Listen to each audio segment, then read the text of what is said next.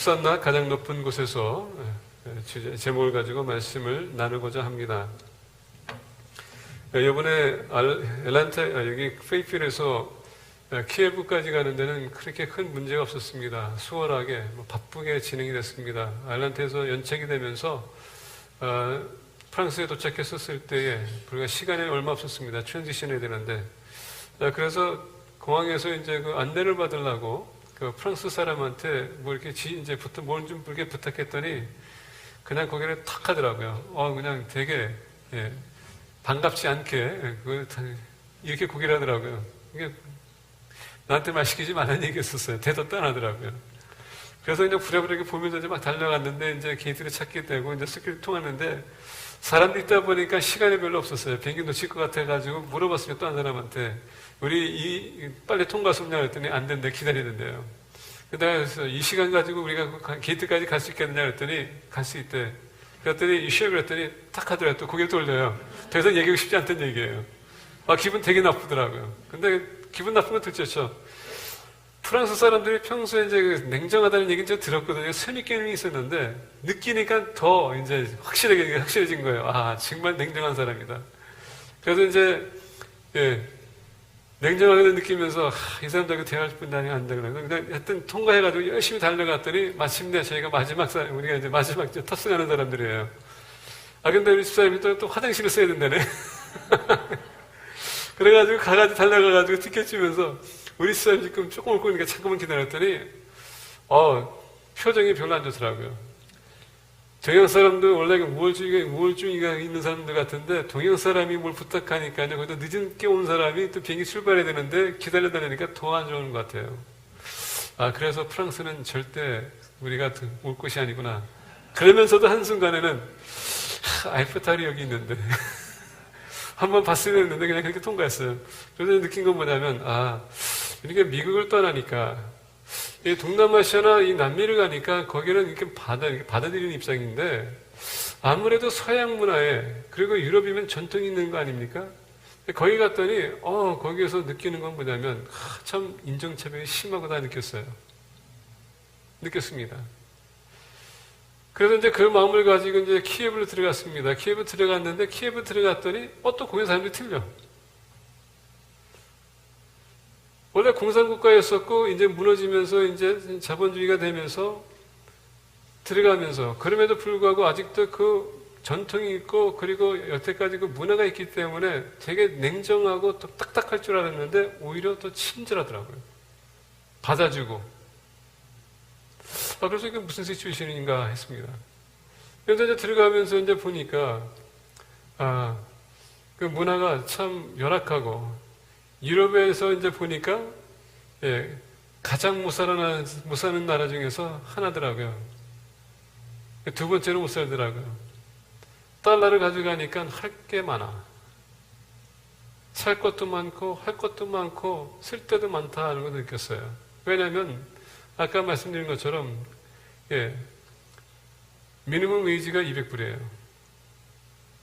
150에서 200불이라고 합니다. 그걸 가지고 생활하는 사람들이에요. 그러다 보니까 얼마나 열악하겠어요.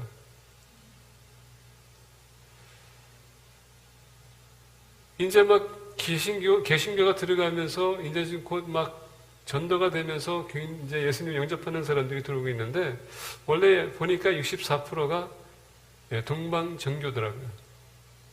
이스턴 올토독스. 다시 얘기한다면 우리가 서쪽을 보게 되면 유럽에는요 카톨릭이 원래 천주교가 지배했었고 그 다음에 나눠지면서 동방에는 정교가 있었어요. 똑같은 그런 전통이죠. 그럼에도 불구하고 보니까 천주교에서는 만약에 이렇게 한다면 거기는 반대를 하더라고요. 동쪽으로 가는 건지 잘 모르겠어요.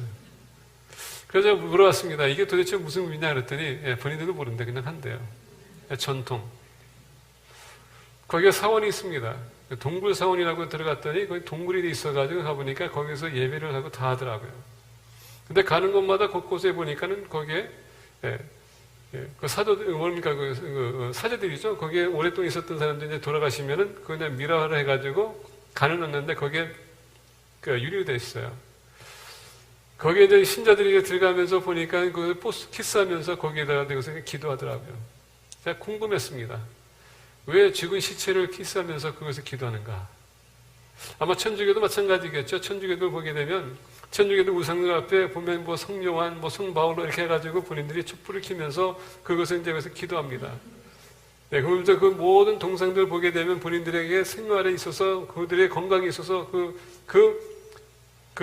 뭡니까? 성모, 바울로, 성의 이런 모든 것이 본인들에게 건강이나 또는 평강과 또 그런 축복된 삶을 줄 수 있다는 것을 그들이 믿고서는 거기에서 이렇게 기도하는 모습을 볼 수가 있어요.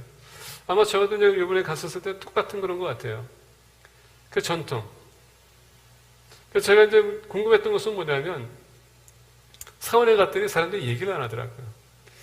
그래서 이게 딱 보니까 관광객들만 얘기하는 것 같아요. 제가 이제 궁금해가지고 이 정교에서는 설교가 있습니까? 했더니 어떤 분이 이제 가이드 하시는 분이 하는 얘기가 정교는 설교가 없다라고 합니다. 그냥 복음만 읽고 그 복음을 듣고 그냥 그것을 느끼는 거예요. 대신에 이제 뭐가 있냐면은 그 서원에 서원에 들어가게 되면은 거기에 이렇게 복음적인 그림들이 많아요. 이제 그걸 보고서는 이제 본인들이 이제 느끼는 거예요. 느끼면서 그걸 가지고 이제 살아가는 겁니다. 그래서 그랬어요. 그러면 설교를 안 하면 뭘 합니까? 그랬더니 일단은 뭐 본인들이 우리가 아다시피 천주교에는 원래 라틴어로 설교를 했거든요. 근데 여러분 천주교에서 라틴어로 하는 사람들이 얼마나 있겠습니까? 그러다 보니까 천주교인들과 말씀을 가지고 얘기하면 모르는 게 많아요. 근데 정교도 마찬가지로 그런 똑같은 그런 분위기더라고요. 전통. 똑같은 그 문화에서 똑같은 전통, 그것을 지켜오는. 근데 어떤 면에서 보게 되면 그 전통이 오래됐기 때문에 한 가지 제가 느꼈던 것은 뭐냐. 그 안에 들어가는 순간서부터 되게 엄숙하다는 것을 느꼈어요. 제가 들어가는 순간에 내가 개신교지만은 그 안에 들어가는 순간에 느꼈던 건 뭐냐면 나도 모르게 뭔가가 이렇게 좀 이렇게 거룩한 그런 느낌이 있었어요. 근데 그게 기분인지도 모르겠습니다. 전통이 무섭다는 얘기예요. 전통은 뭡니까? 그동안 해왔던 그들의 방식대로 본인들이 해오는 거예요. 그게 아무런 의미가 없을 수도 있어요. 그냥 단지 본인이 그 행위를 따라가면 권위 있다고 생각할 수 있을 것입니다. 말씀이 중요한 게 아니라 정말 본인들 그때 삶의 그 전통을 따라서 그 행식과 예식과 이것을 따라가면서 본인들이 하는 것, 그게 권위 있다고 그렇게 주장할 수도 있어요. 참 불쌍하더라고요. 말씀을 모르고 말씀대로 살아가지 못한다는 것, 단지 본인들이 그냥 그 안에 들어가서 키스하고 기도하고 그러면 하나님께 축복하는 것, 그리고 권위 있다는 생각하는 것.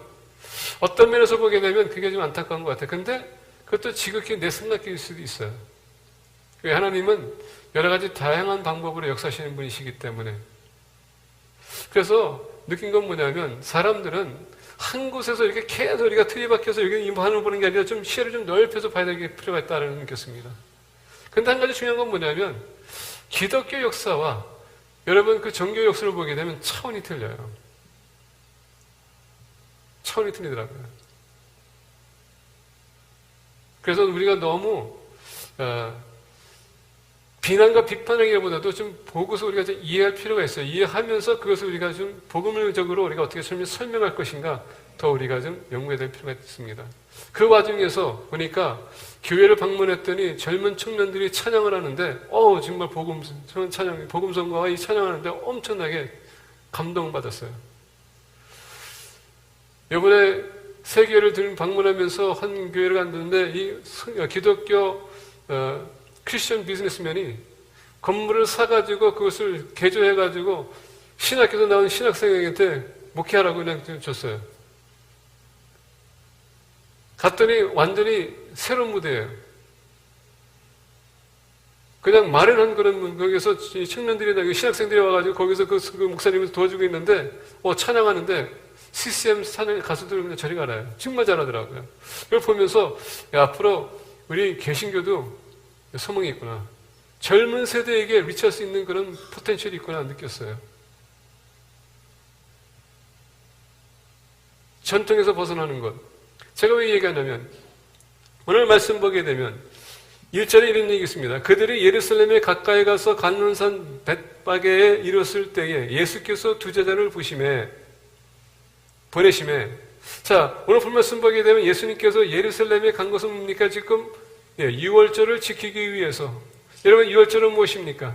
유월절은 이스라엘 백성들이 애굽에서 출애굽하는 그 시기를 그 기념하기 위해서 이 유월절을 지키는 것입니다. 유월절에 뭐가 있었습니까? 양을 잡아서 양을 먹고 그 피를 문틀에 밟았었을 때 죽음의 천사가 넘어가는 그 유월절. 하나님께서 그들에게 구원의 비전을 보여주기 위했던 그날 기념하기 위해서 이 유월절을 주님께서 제대로 같이 지내기 위해서 지금 예루살렘으로 올라가는 모습을 우리가 볼 수가 있습니다. 근데 예수님께서 제자들과 같이 있어서 3년이 됐거든요. 그러면 유월절을 몇 번 지냈다는 얘기예요. 똑같이 예루살렘에 올라갔던 그 똑같은 길이었었어요. 똑같은 200명, 200에서 300만 명이 되는 그런 인구들이 지금 이동하면서 예루살렘에 지금 모이고 있습니다. 왜? 그 명절을 지키기 위해서. 아주 중요한 때이죠. 한 번이나 두 번이나 지금 주님과 세 번째 올라가는 것입니다. 언젠가 똑같이 올라갔었을 거예요. 아마 우리 신앙도 마찬가지로 매일마다 반복되는 그런 삶, 매주마다 우리가 교회 올 수 있고 수요일마다 우리가 교회 옵니다. 금요일날 우리가 교회 옵니다. 성경 공부에 참여할 수 있어요. 똑같이 이렇게 반복되는 그런 삶이 될 수 있습니다. 근데 오늘 본 말씀 보니까 오늘만큼은 틀려.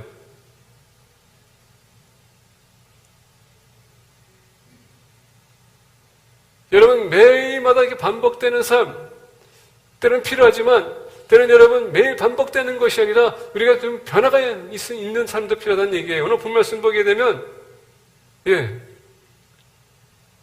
호산나 in the highest 그 단어를 보게 되면 뭡니까? 우리를 속히 구원하셔서 높은 곳에서 지금 이스라엘 백성은 어떤 상황이 없습니까? 지금 헬라 문화뿐만 아니라 지금 로마로 인해서 계속 지배받고 있었습니다. 압박감을 받고 있었어요. 항상 그들은 무시당하고 있었습니다.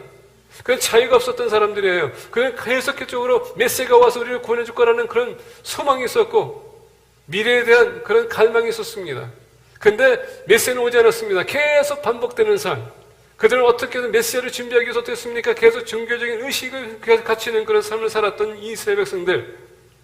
똑같은 길, 똑같은 방법.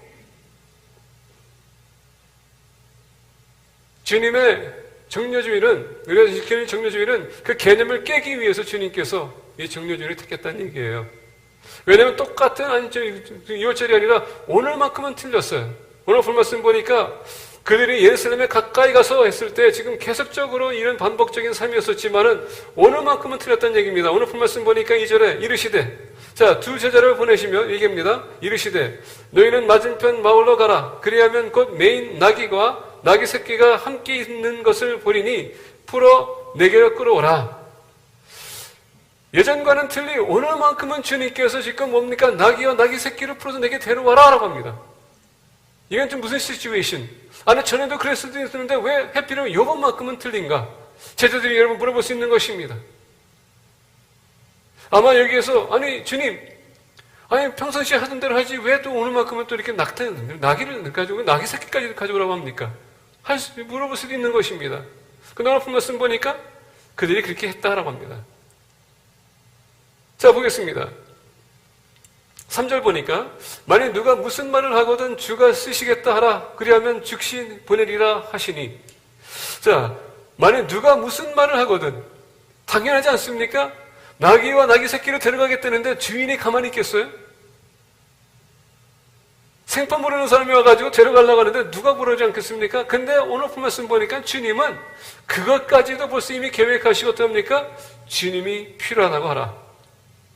아니 그러면 제자들이 가가지고 주님이 필요하다고 하는데요. 그러면 어느 주인이 여러분 갑자기 내주겠습니까? 그렇죠? 누구 주인? 어떤 주인? 네, 그때 당시에 여러분 노예들이 많았는데 노예들의 주인이 다 주님이거든요. 그러면 우리 로드가 필요합니다. 그러면 어떤 로드? 근데 3절 보니까 만약 누가 무슨 말을 하거든 주가 쓰시겠다 하라. 그러면 즉시 보내기가 하시니. 여기에서 여러분 순종했더니 본인들이 낙타뿐만 아니라 새끼까 나귀까지만 아니라 나귀 새끼까지도 보냈다는 걸 봤었을 때에 하나님은 이 주인을 쓰기 위해서 벌써 이미 다 계획하셨다는 얘기예요. 더 나아가 이 주인은 수임받기 위해서 벌써 이미 준비됐던 사람이라는 얘기입니다. 왜? 주님이 필요하다고 했으니 어떻게 합니까? 그냥 주겠다는 얘기예요. 순종했더니 기적이 나타나더라. 여러분 매일마다 똑같은 삶을 살게 되면요 그래서 이렇게 벗어날 필요가 있다는 건 뭡니까? 하나님 말씀을 우리가 들었었을 때 그냥 듣기만 해도 끝나는 것이 아니라 우리 삶에 적용하고 우리가 순종한다면 어마어마한 기적이 따른다는 얘기예요. 역사가 따른다는 얘기입니다. 물론 우리가 체험하지 못한 것은 뭐냐? 문제가 이것입니다. 우리가 너무 계산적인 것 같아요. 우리가 생각이 깊어요. 현실을 바라보고 있다는 얘기입니다. 현실 속에서 우리가 항상 잠재 있을 때가 있어요. 그리고 현실만 바라보다 보니까 우리가 하나님의 그 기적과 이적을 우리가 볼 수가 없어요. 왜? 현실에서 내 자신을 바라보면서 우리가 모든 것을 계산해요. 믿는 것도 내 마음에 맞지 않으면 이건 안 돼. 그리고 내가 계획한 대로 그대로 해야 돼. 그게 여러분 우리가 매너리즘이라고 할 수 있는 것이고 더 나아가서 전통이라고 할 수도 있는 겁니다. 내 전통에 따라서 하겠다는 얘기예요. 그러다 보니까 놀랍게 역사하기 원하고 체험하기 원하지만은 우리가 그것을 막을 때가 많습니다. 또 어떨 때는요, 우리의 전통이라는 것이 하나님의 그 기적을 체험하는데 걸림돌이 될 수 있다는 얘기입니다. 그래서 제사보다 여러분 순종이 낫다는 얘기예요. 제사는 항상 형식적인 것이 될 수 있고요, 전통적인 것이 될 수 있고요, 하나의 예식이다 보니까 거기에 우리가 포커스할 수 있습니다. 근데 여러분 순종은요, 여러분 마음에서 출발하는 거거든요. 그래서 주님께서 무슨 말씀했습니까? 너희들의 재물이 아니라 너희들의 마음을 내가 원한다. 순종이 참 중요하다는 얘기예요. 오늘 말씀 보니까 순종했더니 제자들이 그 나귀와 새끼를 가졌다는 얘기입니다. 우리는 여러분 옛 길에서 벗어나야 되는 것입니다. 우리는 새로운 길을 우리가 택해야 되는 것이며 다른 길을 택해야 된다는 얘기입니다. 그 다른 길이 뭡니까? 하나님의 길이라는 얘기예요. 오늘 말씀 보니까 4절에 이는 선지자를 통하여 하신 말씀을 이루려 하심이라 이르렀으되, 자, 오늘 말씀 보니까 제자들에게 뭘 가르치려고 했습니까? 말씀을 이루고자 했던 것을 가리키는 것입니다. 하나님은 때로는 여러분들의 방법이 아닌 하나님의 방법을 요구하세요. 다른 길을 요구하신다는 얘기입니다. 다른 길을 요구하는 것은 우리에게 뭔가를 끼워침을 주기 위해서. 자, 오늘 본 말씀 보니까 있는 선지자를 통하여 하신 말씀을 이루려 하심이라 이르시되, 시온의 딸에게 이르기를 내 왕이 내게 임하나니 그는 겸손하여 나귀 곧 멍에 매는 짐승의 새끼를 타도다 하려 하였느니라. 자, 오늘 보면 이렇게 본 말씀 보게 되면 말씀에 의해서 지금 주님께서 뭔가를 깨우침을 주기 원합니다. 순종하게 되면 여러분 깨우침 받는 것이고, 불순종하게 되면 절대 깨우침 받을 수 없는 것입니다. 여기에 여러분 주님께서 우리에게 가르쳐주는 교훈이에요. 말씀을 순종할 것이냐 아니면 내가 불순종할 것이냐. 순종하게 되면 우리가 놀라운 것을 발견할 수 있는 것이고, 내가 순종하지 않으면 계속 우리가 살아왔던 방식대로 살아갈 것입니다. 제가 이번에 우크라이나뿐만 아니라 이번에 아테나 가서 본 것은, 우리 미국에서는 제가 살면서 목회하면서 신앙생활하면서 너무나도 몰랐던 것이 많다는 것을 발견했습니다. 만약에 우크라이나가 64% 정교라면, 이번에 그리스 갔더니 그 아테나에 그 지역 갔더니 거기는 정교가 94%인가래요. 기독교 1%도 안 된대.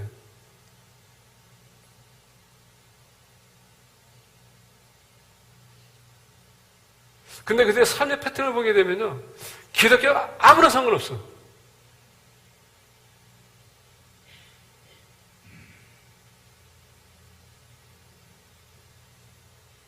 모르겠습니다. 근데 그들의 표정이나 대하는 모습보나 저희한테 오는 걸 봤었을 때 이분들이 정말 90%나 그런 적이 된다면 이렇게 그들이 살아갈 수 있을까? 생각해 봅니다. 너무 전통에 빠지게 되면, 매너리즘에 빠지게 되면 우리가 변할 수가 없다는 얘기예요. 발견하지 못한다는 얘기입니다. 제가 느낀 것은 이 페이스에 있다 보면, 너무 좁은 곳에 있다 보면, 우리는 페이스 방식대로 살아오다 보면 더 넓은 곳이 있는데 그래서 못 참하고 그냥 여기서 그다음에 인생을 끝날 거라는 생각이 느낍니다. 더 많은 일을 할 수도 있음에도 불구하고 너무 우리 시야가 좁아지다 보니까 많은 것을 볼 수가 없고, 하나님이 그보다 더 크시다는 것을 우리가 못 볼 때가 많다는 얘기예요. 오늘 본 말씀 보니까 순종했더니 이는 선지자를 통하여 하신 말씀을 이루려 하심이라. 시온 딸에게 이르기를 내 왕이 내게 임하나니 그는 겸손하여 나귀 곧 멍에 매는 짐승의 새끼들 새끼를 탓도다 하라 하였느니라. 자, 그래서 이 말씀을 보면서 저는 참 신기했던 건 뭐냐. 주인도 어느 면에서 말씀에 깊이 묵상했던 사람이라는 것을 느끼는 것 같아요. 느껴요. 주님이 필요하기 때문에 그러면 줄 것이다. 얼마나 그 사람이 지금 메시아를 기다리고 있었고 그 메시아의 예언적인 말씀을 그가 묵상하고 있었다면 예수님께서 이렇게 제자에게 주인이 필요하다 하면 줄 것이다. 제자들은 모르고 있었는데 주인은 알고 있었다는 얘기예요. 한번 생각해 보셨습니까?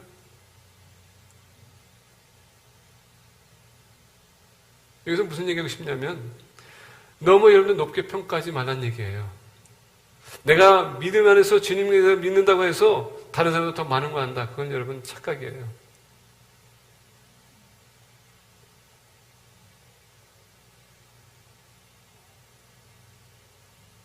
똑같은 교단이 아니라도 여러분 다른 교단에 있는 사람 그들은 그러니까 우리 스스로 과소평가해서는 안 된다는 얘기입니다. 하나님은 다양한 사람을 통해서 역사할 수 있기 때문에 그런 시야를 좀 넓혀야 될 필요가 있어요.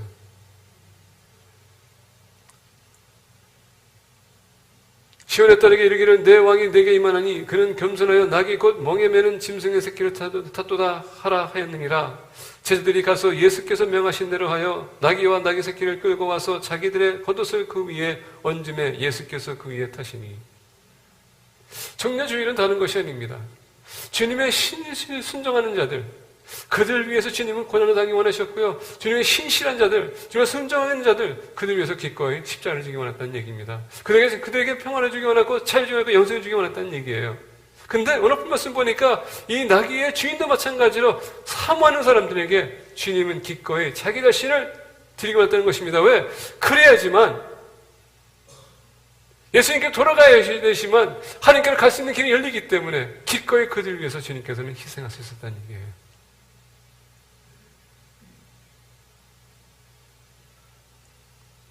제자들이 가서 예수께서 명하신 대로 하여 나귀와 나귀 새끼들을 끌고 와서 자기들의 겉옷을 그 위에 얹음에 예수께서 그 위에 타시니. 그때서야 제자들은 느꼈습니다. 순종하고 갔더니 그리고 가서 얘기했더니 나귀와 나귀 새끼를 주었다는 것.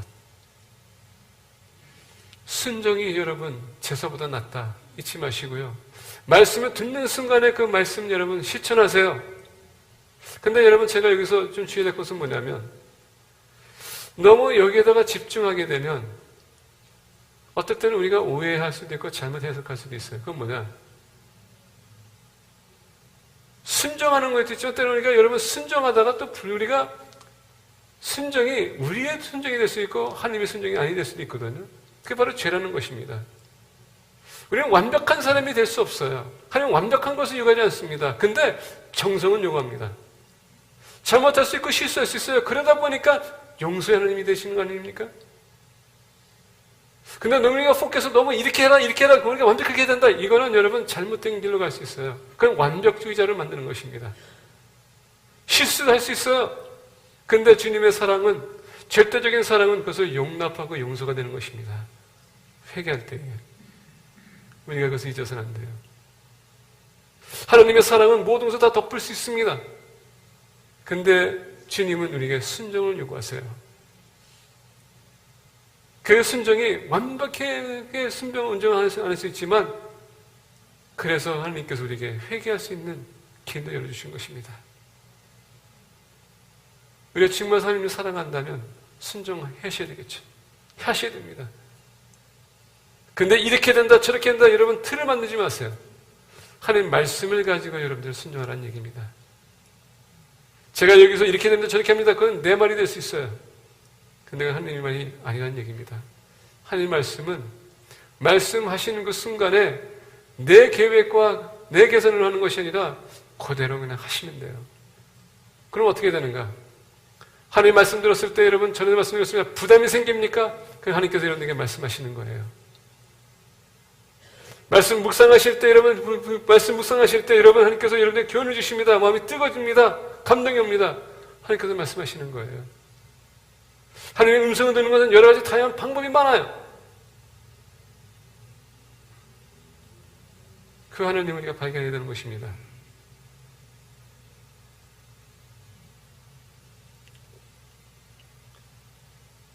8절 보니까 9절, 7절부터 보겠습니다. 나귀와 나귀 새끼를 끌고 와서 자기들의 겉옷을 그 위에 얹음에 예수께서 그 위에 타시니 무리의 대다수는 그들의 겉옷을 길에 펴고 다른 이들은 다 나뭇가지를 베어 길에 펴고.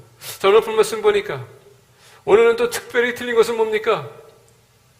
나귀 새끼를 타고 주님께서 입성하십니다. 아니, 전에도 올라갈 수 있었는데 왜 오늘만큼은 틀릴까? 여기서 무슨 얘기냐면, 여러분, 매일마다 똑같은 삶이 될 수도 있지만 매일마다 다른 삶이 될 수도 있고, 하느님은 똑같이 역사할 수 있지만 또 다르게도 역사할 수 있을 것을 우리에게 가르쳐주고 있습니다. 오늘 본 말씀 보니까 오늘만큼은 주님께서 나귀 타고 가는데, 이상하게도 전에도 할 수 있었는데 오늘만큼은 또 어떻게 됩니까? 많은 사람들이 종교가 가지고 와서 어떻게 흔들어대면서 어떻게 합니까? 헛산나 외치고 있어요. 그리고 그들 겉옷을 가지고 어떻게 합니까? 지금 길에 던지고 있습니다. 상상해 보세요. 아니, 그동안 올라갔었을 때는 그런 일이 없었는데 오늘만큼은 이렇게 틀릴까? 오늘만큼은. 전에는 순종 안 했습니까? 전에도 순종했어요. 근데 이 정료주일은 이제 주님께서 마지막으로 해야 될 일, 뭡니까? 십자가에 지셔서 이제는 주님과 우리가 아버지와 우리가 만남의 그 길을 열기 위해서, 통로를 열기 위해서 그 마지막 순간을 예비하기 위해서 이걸 다 준비했다는 것입니다. 그러다 보니까 말씀에, 예언적인 말씀이 우리에게 선포되는 겁니다. 이 일을 이루기 위해서. 무리의 대다수는 그들의 겉옷을 길에 펴고 다른 이들은 나무가지를 베어 길에 펴고. 여러분, 이스라엘 백성들의 특히 겉옷은 뭘 얘기하냐? 사회에 그들의 스테레스를 얘기하는 겁니다. 만약에 교수면 교수, 테크니션이면 테크니션, 학생이면 학생, 더 나아가서 여러분, 목회자면 목자, 신학자, 만약에 종교 지도자면 종교 지도자, 그 겉옷을 그대로 상징하는 것입니다. 그걸 벗어서 던졌다는 얘기예요. 이건 무슨 얘기냐? 예수님께서 이 땅에 오셨을 때 여러분, 가장 낮은 곳에서 태어나지 않았습니까? 주님은요, 우리가 어떤 스테이지에 있는 게 중요하지 않습니다. 주님은 모든 사람을 똑같이 다 받아들인다는 얘기예요. 아까 우리 선교사님, 목사님께서 보여주는 그 한국 선교사들, 주님은 난민 안에도 있습니다. 난민 중에도 있습니다. 맞아요. 주님은 어디든 다 계신 분이거든요. 모두를 다 받아주실 분이라는 얘기입니다. 주님은 십자가에 주신 것은 모든 사람을 다 받아들이기 위해서 십자가를 주셨다는 얘기예요. 우리가 순종해서 받아들인다면 우리에게는 귀한 날이죠. 근데 우리가 그것을 받아들이지 않는다면 참 힘들겠죠. 자, 시간상 앞에서 가고 뒤에서 따르는 무리가 소리 높여 이르되 호산나 다윗의 자손이여 찬송하리로다. 주의 이름으로 오시는 이여 가장 높은 곳에서 호산나 하더라. 예수께서 예루살렘에 들어가시니 온 성이 소동하여 이르되 이는 누구냐 하거늘. 자, 앞에서 지금 호산나, 뒤에서도 외치면서 호산나. 전에도 여러분 이런 일이 있었는데 전에도 6월절에 지켰지만 이런 일이 없었는데 오늘만큼은 또 많은 무리들이 호산나 외치고 있어요. 앞에 뒤에 주님의 여러분 입성을 지금 받아들이는 사람이 있는 반면에 오늘 본 말씀 보니까 그것을 보고 어떻게 합니까? 소동하여 이르되 이는 누구냐 하거늘. 반면에 보게 되면 예루살렘 성 안에서 봅니다. 지금 저자가 누군가? 왜 이렇게 소동이 나는가? 어떤 면에서 보면 호산나 외치고 있습니다. 가장 높은 곳에서 메시아가 왔다는 외칩니다. 그러다 보니까 지금 예루살렘 성전 안에서는 종교 지도자들 뿐만 아니라 로마 군사들 뿐만 아니라 모든 상인들 뿐만 아니라 높은 위치에 있는 사람들이 지금 소동하는 것입니다. 왜? 메시아가 왔다고 하는데. 아니, 우리가 있는 왕이 있는데 웬 메시아? 어떤 면에서 보게 되면 반란이 일어난다는 것을 그들이 느낄 수도 있어요. 근데 당나귀를 타고 오는 것은 이거는 본인들의 생각과는 틀리거든요. 만약에 반란자가 지금 장군이 들어온다면 100마리 타고 와야 되는데 당나귀 새끼를 타고 와요. 이건 말이 됩니까? 이것 또한 그들에게 생소한 느낌입니다. 아니, 예루살렘에 지금 저희 예수라는 작자가 그래도 왔었을 때 이렇게 소동은 없었는데 왜 오늘만큼 이렇게 소동이 있지? 변화가 필요하기 때문에. 우리가 이르되 갈릴리 나사렛에서 나온 선지자 예수라 하니라. 예, 그들 외칩니다. 나사렛에서 과연 선한 것이 나올 수 있을까? 근데 그들이 얘기하는 선지라고 합니다. 뭔 얘기입니까? 당신들의 생각, 전통과 그리고 형식적인 삶에 있어서 이건 분명히 안 될 텐데, 근데 하나님의 방법은 된다는 얘기예요. 예루살렘 입성은 이런 개념을 깨기 위해서 주님께서 오신 것입니다. 그동안 신앙생활 하시느라고 수고 많으셨습니다. 근데 여러분 너무 틀에 박힌 신앙생활을 얘기하지 마세요. 여러분들의 방식을 얘기하지 말라는 얘기입니다.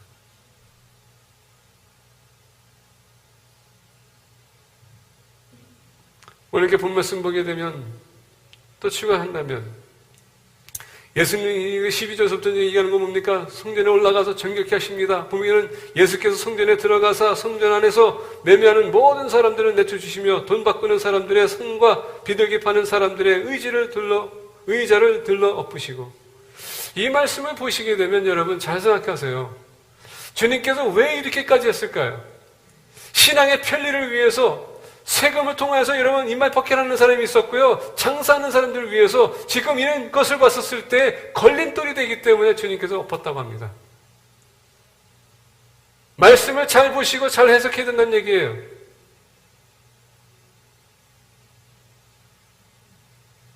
어떤 분들은 이것을 가지고 여러분 얘기하는 사람이 있어요. 바자회를 왜 교회에서 하냐? 이건 왜 하냐? 저건 왜 하냐? 여러분 그것이 우리가 개인적인 돈을 이익을 위해서 하는 겁니까? 아니면 하는 나라를 위해서 하는 겁니까? 생각해 볼 필요가 있어요. 예수님께서 성전을 깨끗하게 하셨다는 건 뭡니까? 이런 썩어 빠진 것, 죄악된 것을 벗어나는 것인 것이지 저 교회에서 봉사 같은 거 하지 말라고 하는 것이 아니에요. 근데 우리가 때로는 착각해서 우리가 해석할 수 있다는 얘기입니다. 우리의 편리대로, 우리의 생각대로 누가 그렇게 얘기했기 때문에. 그러면 여러분 성경 우리가 할 필요 없어요. 아무것도 할 필요 없습니다. 그냥 우리가 편한 대로 살면 됩니다. 이게 문제예요. 배경을 가지고 얘기해야지 그냥 말씀만 가지고 얘기하면 안 돼요. 그러면 여러분 우리가 사도행전을 보게 되면 바나바 같은 사람들이 자기 재산을 다 팔아가지고 교회에서 사도분들을 발 앞에 내려놓고서는 가난한 사람들 보면서 도와주세요. 성경도 쓰세요. 안 했을 거예요. 성경을 해석할 때에 우리가 그렇게 해석해서는 안 된다는 얘기입니다. 하나님은 그런 개념을 깨기 위해서 예루살렘 입성이 있었던 거예요. 잘못된 생각, 잘못된 행동, 잘못된 해석, 잘못된 개념, 이런 걸 깨기 위해서. 이번에 제가 동방 정교를 보면서 느꼈던 것은 바로 그겁니다. 천주교를 보면서 바로 느꼈던 건 그거예요. 너무 전통. 그러다 보니까 여러 종교개혁이 일어난 것입니다. 그게 아닌데, 믿음이 더 중요한 것인데, 믿음 안에 있는 삶이 더 중요한 것인데, 예수님이 더 중요한 것인데, 주님은 예루살렘에 입성한 것은 바로 그것을 깨기 위해서였던 것입니다. 그걸 깨야지만은 진정한 하나님을 만날 수 있을 텐데, 그래서 주님은 이렇게까지 하시면서 고난을 택하신 것입니다. 여러분들과 저를 구원하기 위해서. 구원에 있는 안에 있는 우리가 여러분들 생각도 좀 새롭게 하고, 신앙생활도 우리가 좀 더 새롭게 도전받고, 우리가 주님을 위해서 우리가 살아가야 될 필요가 있습니다. 그렇게 하기 위해서 주님의 부활하실 그날을 우리가 예비하면서 우리가 고난 주간을 같이 주님과 동행하길 원합니다. 새벽 예배 나오셔서 같이 기도로 동참하시기를 바랍니다. 네, 기도하겠습니다.